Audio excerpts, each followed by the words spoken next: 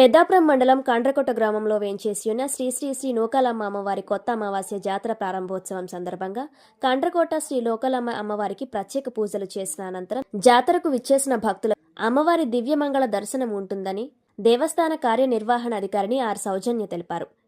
ఈ నెల 28వ తేదీ నుండి మే నెల 11వ తేదీ వరకు ఈ జాతర మహోత్సవాలు నిర్వహిస్తున్నట్లు తెలిపారు. ఈ కార్యక్రమంలో ముఖ్య అతిథిగా పెద్దాపురం శాసనసభ్యులు నిమ్మకాయల చినరాజప్ప, కాకినాడ ఎంపీ తంగెళ్ల ఉదయ శ్రీనివాస్, కుడా చైర్మన్ మరియు జనసేన పార్టీ కాకినాడ జిల్లా అధ్యక్షులు తుమ్మల రామస్వామి పాల్గొంటారని ఆమె తెలిపారు.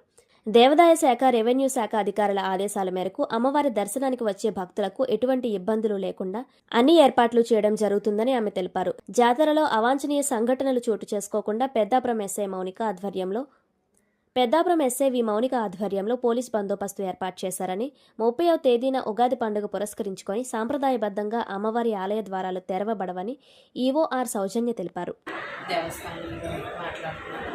అమ్మవారి జాతర ఈ నెల 28 అంటే నిన్నటి నుండి ప్రారంభమైంది. మే 11వ తేదీ వరకు మరి జరుగుతుంది.